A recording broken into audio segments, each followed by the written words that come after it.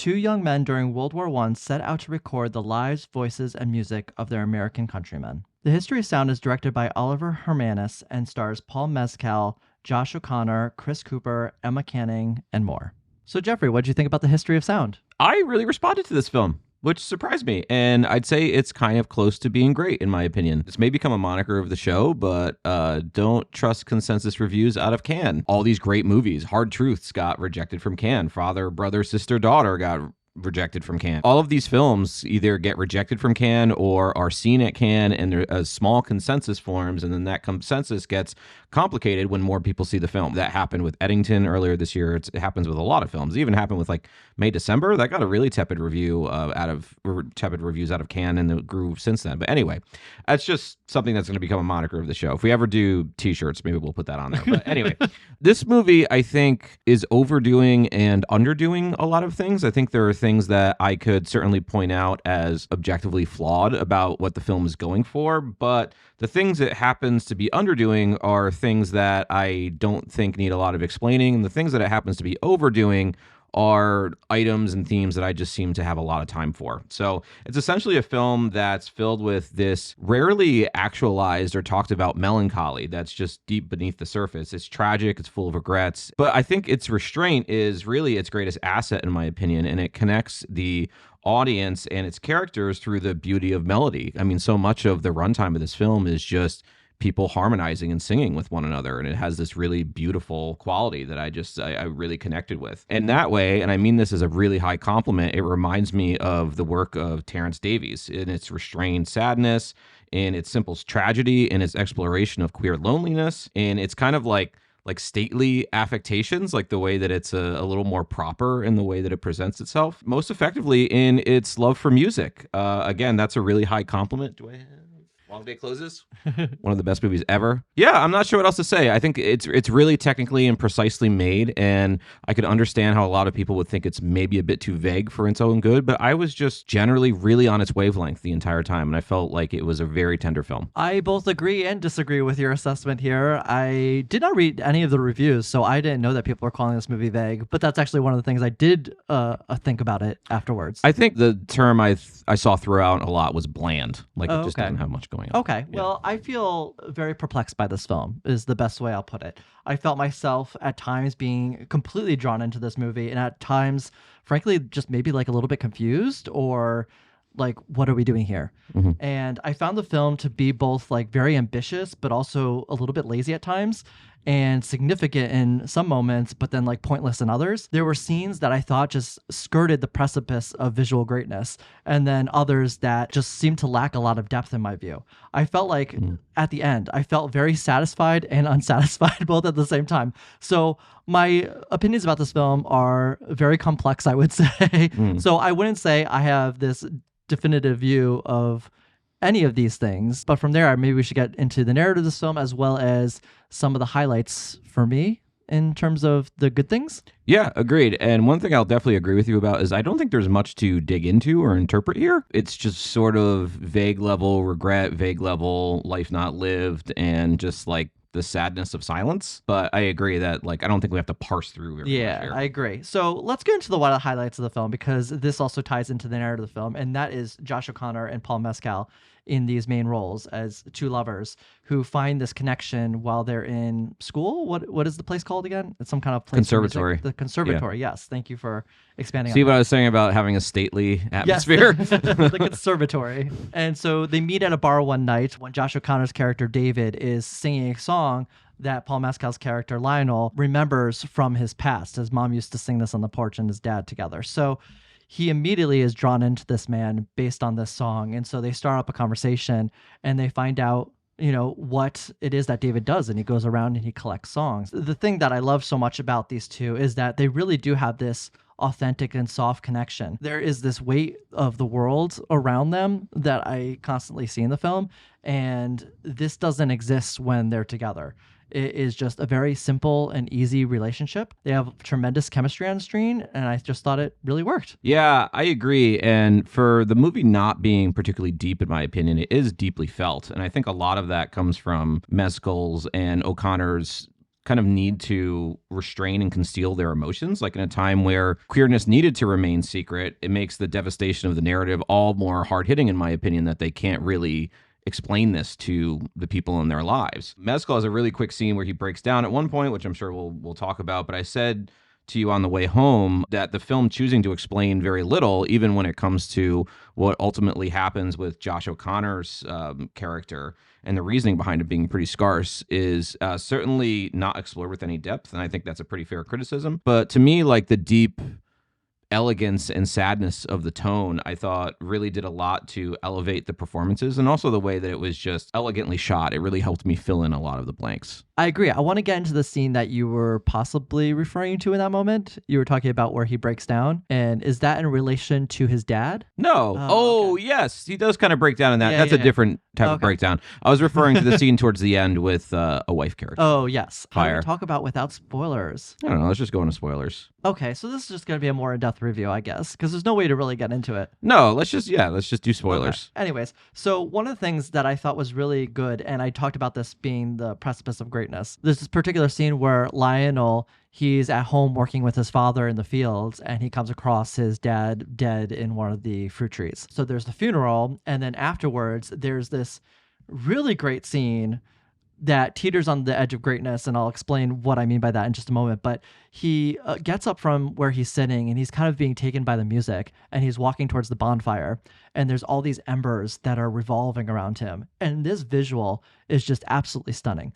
But unfortunately, before I could fully immerse myself in this moment, I feel like we got a cut, and we have this different angle of him. The embers are gone, and I just feel like it just ruined the feeling of that moment. But in this scene, there's the slow evolution of his emotional state, or just the way it's expressing itself. And the music's getting to him. He starts dancing to the music, and then he just yells. And I just can't help but think like how great this scene would have been if it was just one long take where he was just walking through these embers around the fire. You see the music overtaking him. He's starting to dance, and then he yells. But all these cuts, I feel like, just took us out of the moment in a time in which I just thought there was a one take opportunity here to make something great of it. That's really interesting. And I feel like this happened a few times during the film. There was a time where there's this shot that's on the back of a car when he's in England and he's driving up to this massive mansion, this estate. The shot is for like 3 seconds and then it cuts. And I'm like, oh, we have something really interesting here. It's like, I've seen this shot a lot of times, like on the back of a car and just like following with the two heads behind. It's just like cut from such a great shot, like so quickly. And I felt that way multiple times about this film. Just like this beautiful shot that visually looks so pleasing, just gone too soon. And maybe that's a metaphor for the film itself and love. I don't know. Yeah, that's really interesting because those scenes on at face value work for me just fine, but I think you're showing me the potential of what they could have been, which should have been much stronger. But the film does choose restraint over overflowing emotion pretty much all the time. So maybe that could be a reason why it didn't choose that, but I don't know for sure. I completely understand what you're saying, though. So going into the end of the movie, and this is highly spoiler territory, there is this moment where the film reveals that Josh O'Connor's character, David, has unalived himself. And this reveal is a little bit sudden and a little bit jarring. And I have some conflicting thoughts about that, to be honest. Narratively, I think this was a bit poorly done because I just find it a little odd that he doesn't decide to write back at all. There is a time period, because the film makes a point of referencing it, that there is a time period in which he could have written back. There was a few-year gap. And so I just wonder why the film keeps us from having just that. Like, why is it that these two characters who apparently find themselves to be so connected to each other, this one person decides not to write back at all? I think that's baked into the narrative a little bit, or at least I feel like I didn't need to have an explicit reason. To me, it's really clear from that last interaction that Josh O'Connor's never going to see him again. I knew that from that first time that they're kind of concluding the trip, and he says next summer, and he's like, yeah, next summer for real. And then he has that little shake. Oh, yeah. Yeah, it's almost like this willful rejection of what he knows that he can't really have in the society. I actually kind of like the angle that we don't get a very sufficient reasoning, because this is just relatable on my level. And I think something that happens a lot, unfortunately, in people's lives is that somebody that you knew really intimately at one point and maybe fell out of touch with, you hear that they committed suicide years and years later, and you're like, gosh, I would never have thought that would happen to that person. There's this sense of like what could have been in a mystery and an unspoken of like horror and like internal devastation that just never really like gets to the surface, and it becomes this like eternal mystery of why this person did this thing. I don't know. I really identified with that, and I've been in that position in my life, and I understood the way that Paul Mescal's character was so confused by that and so bewildered by it. So that's why it kind of worked for me. Okay, so the way I interpreted his handshaking was actually very different. Which it also could be shell shock, because they briefly mentioned that. Yeah, and so it's like a moment for me. I thought he was shaking because they were separating, and it was a moment where he was realizing that this wonderful moment is over. Yeah, and I think it's very unclear. Again, I think I'm giving a more generous reading to the film, that it's a little easier for me to sew these things together because the film simply emotionally worked for me, right? There's a variety of things that come out of that scene that I like that the film went there. Of all the things it doesn't explain, my favorite thing, or the thing that I think that works the most that it doesn't explain, is David's ultimate demise. Yes, that does bother me to a degree. And not that I need an over-explanation, but I just don't think there's enough detail in the film to warrant this narrative choice. We talked about the handshaking. It's just like there's so many different things I could have come up with that. There was a moment during their time hanging out in Maine where Lionel asked David, you don't talk about your time in the war. And so his refusal to answer that question, I also interpret that shaking of his hands as like, oh, there's some deep stuff there. Oh, I'm sure. Yeah. That we haven't really explored. There's just so many reasons and explanations. And I wanted a little bit of the film to just give me maybe a little bit more than these things, I guess. This moment comes so quickly out of nowhere that to me, it just felt so rushed and unsupported by previous events in the film. So there's a point in the film where he goes looking for David and he comes across his widow. And that's when he finds out that David is no longer with us.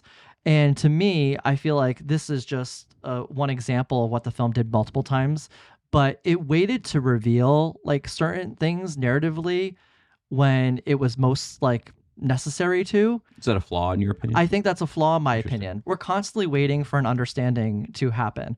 And I feel like the way that the film is framing these understandings, it's almost like the chess pieces are too obvious to me and also not obvious enough. The rest of this goes into the ending of the film, which I absolutely love the ending. I think the ending redeems the film in so many different ways, but we don't get this understanding and catharsis until this very last moment. And it just kind of feels a little bit too planned. It feels like a little too manicured. It's like the way that this box just suddenly shows up at this particular moment 60 to 80 years later, and that when he was at the house and all of his things were there, that this widow didn't come across this box at all. So to me, it was just a little too baked. As I said in the opening, it's overdoing and underdoing a lot of things at the same time. And it's kind of similar to what you were just saying with chess pieces. To me, I don't really need more to put together what happened to David. Sometimes we get some interesting tidbits through flashbacks. So for instance, there's the scene with Lionel where he's waking up in the middle of the night in that mansion in Britain, and he has that flashback of like, is this what we're supposed to do with our lives? Like, are we supposed to just get married and have children and, not act on this love that we have? Although that's an undercurrent, that's not really said. Yeah. But to me, that's like really clearly a factor. So we have both the horror and sadness of the life that he's unable to live. We have the war.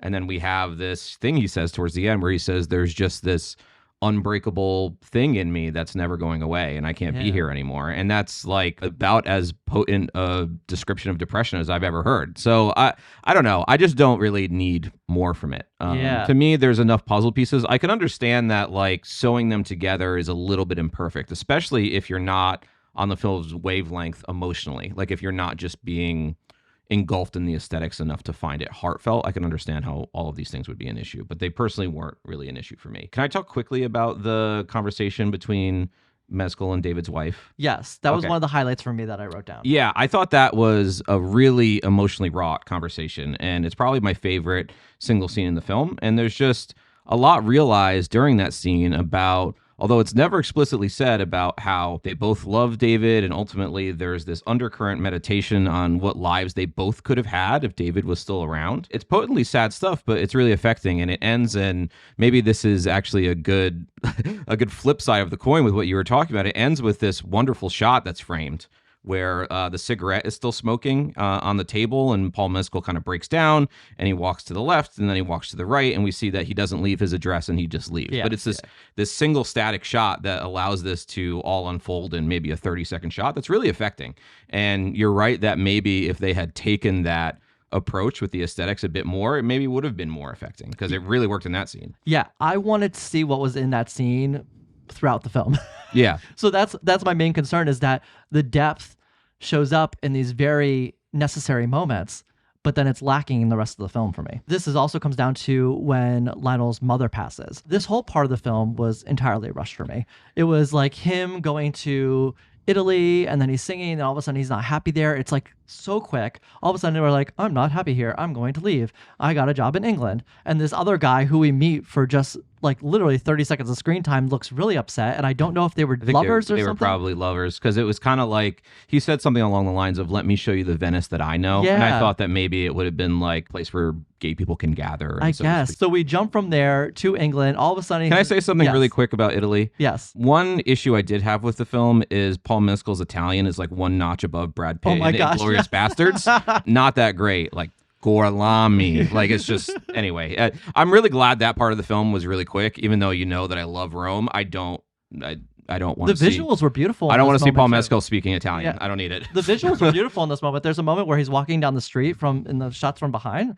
It's just revealing the whole vista of the city. It's lovely. It felt like being in Rome. Yeah. It was really beautiful. So, and then we go to England, and I feel like this whole thing just happened so quick. He's in this choir, or he's running the choir. He's the conductor of the choir. And then all of a sudden he's due to be engaged. And then all of a sudden it just breaks off and he leaves when he finds out his mother is in the process of dying. Because his mother is dying, but also because he doesn't want to be a married person anymore. It's a willful rejection of that life. It's the mother dying is just the excuse. The film is not dealing with any of these complex emotions at all, though. The film actually reminds me of like a Victorian novel. It's like we're taking such a massive amount of time that we're compressing all of these parts of somebody's lives into the quiet revelations that they have throughout it. I mean, if you think about it, we're skipping a year or two every time we do this. And I understand that, again, that may be difficult to sew together from a tonal perspective, but I do think it makes sense from like, you know, probably the entire time he knew this woman was a year to 2 year period, and we're just seeing the highlights of it. I don't know. It made sense to me, unless this film was like a mini series where it was a whole episode that he was dating this woman in England. I don't think I would really want more than that little reflection scene. I just don't know what the point of it at all is, or why we had to go from Italy to England. Why couldn't we just have the whole thing be England? Yeah, I agree with that. I don't think we needed Italy, but I think there needs to be something in there that shows them that he doesn't want this white picket fence life, and that he has to walk back to something that he lost that he's trying to regain. I agree with that completely. Anyways, another inconsistency. Anyway, you're a bad person. Another inconsistency. We're going way over time for this review. Yeah, we have to stop. I know. We have to get this out. Anyways, going home, he ends up seeing that his mom is no longer there. The door is like off the hinges. It doesn't even exist anymore. But this house looked like it's been abandoned for like half a year to a year. Boards are taking off the back of the house so you could see completely through it. There's this chair that has cobwebs that look like have been built up over a year on it. There is dust over all the surfaces that would take absolutely like months to a year to build up. I actually have to contend this because I liked this more than you. Oh my gosh. Anyways, afterwards I'm like, oh, you know, well, he received this by telegram and he's all the way across the Atlantic Ocean. So I'm thinking like, well, it probably takes a while for the telegram to get there. And then by the time he gets home, and it could be that months have passed. And so I was just very particular about the circumstances surrounding this in 1923 or 1925, whenever this moment occurs. So I looked it up. I was like, how long does it take to get a telegram like across the Atlantic Ocean? And I was like, oh, you could deliver a telegram in like a few hours. And then I looked up, how long does it take to travel from England back to the East Coast? And it takes 7 to 10 days. Yeah, but what if they couldn't find him? There was like 100 stamps on the thing. It was clear that the telegram was like very delayed. Okay, if the I guess that was just so under the surface that like that would be so. I know I'm very particular about details in a film. No, I know, but like, do you need the postman to come and say, "Hey, this has been very delayed"? No, actually, I don't need so it like that. Your mom might be dead but already. That's my whole point with the film: is it's giving you too little in certain spots and too much in other spots. I agree with that, but I also think that it's respecting your interpretation, because I loved that he came back to a dilapidated house, because one of the things that his mom said to him is, how am I supposed to keep up this farm without you? Yeah. And then he goes back, and I think there's at least an implication that this farm has not been kept up for much longer than the time from when his mom died till now. It adds to his guilt and regret about leaving. Yeah. I think that's sad. I was really affected by it. I agree it's sad, but the way you just put it is so much better than the way the film made me feel. I don't agree, because I don't want anyone to tell me that. I love when I have all these details, and for some reason it wasn't connecting with me that way. I agree with you in the sense that, like, this is a weird comparison, but I watched a Claire Denis movie the other night, and she's like really, really good at planting all of these details all over the place for you to put things together, which this movie is, I'm very potently not doing. I'm saying that out loud. I'm giving it a little bit more credit because, in a way, if you go an extra layer, there are pretty human explanations for a lot of these things. Yeah. I get it. You're a different film watcher than I am. Another strange example, but like the details of like a Knives Out movie coming all together is something that like really thrills you because that's more detail oriented, right? And there's not as much of that here. It's really vague. Did you like this movie better than Thunderbolts? We'll see what my grade is in the end. We need to go to grades. Are we done? No, because we have to talk about the very ending. I thought the ending was great, but Yes, I thought it was extremely. I'm just trying to end this video because I know that Matthew can only edit this in like 3 hours. So I'm trying to be generous to him. Good luck to me.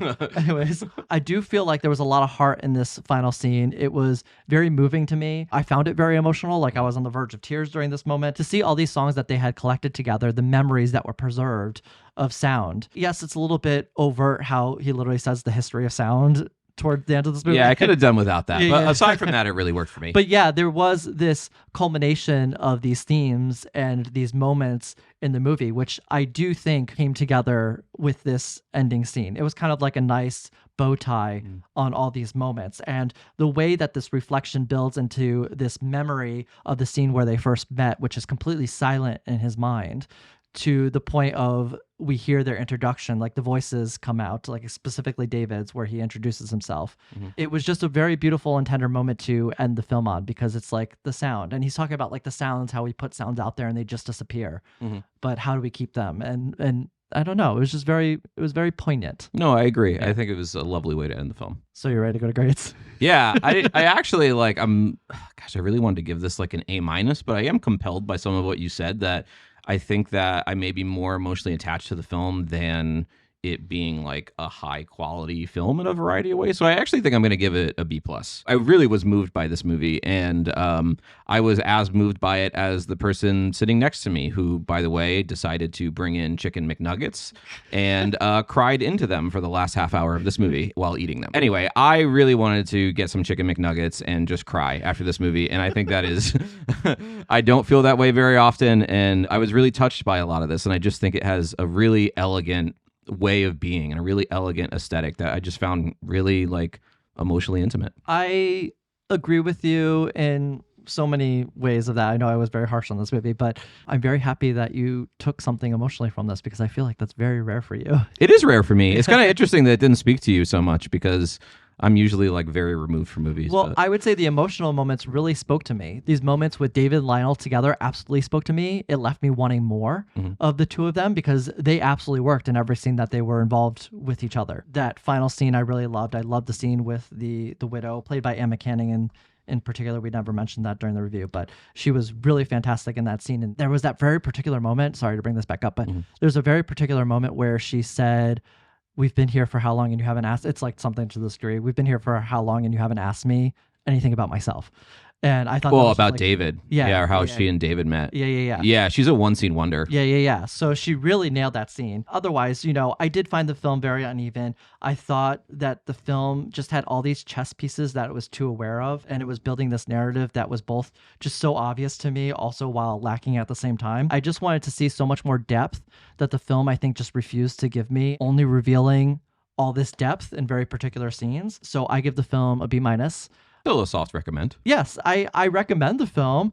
I think it has some decent emotional weight, but at the same time, I don't know. That's why I said at the beginning, I'm very conflicted about this movie. All right, so that's our review of The History of Sound. The History of Sound is now in theaters, so if you haven't seen it, go check it out. Let us know in the comments, what did you think about this movie? As always, thank you guys for watching, and we'll see you next time.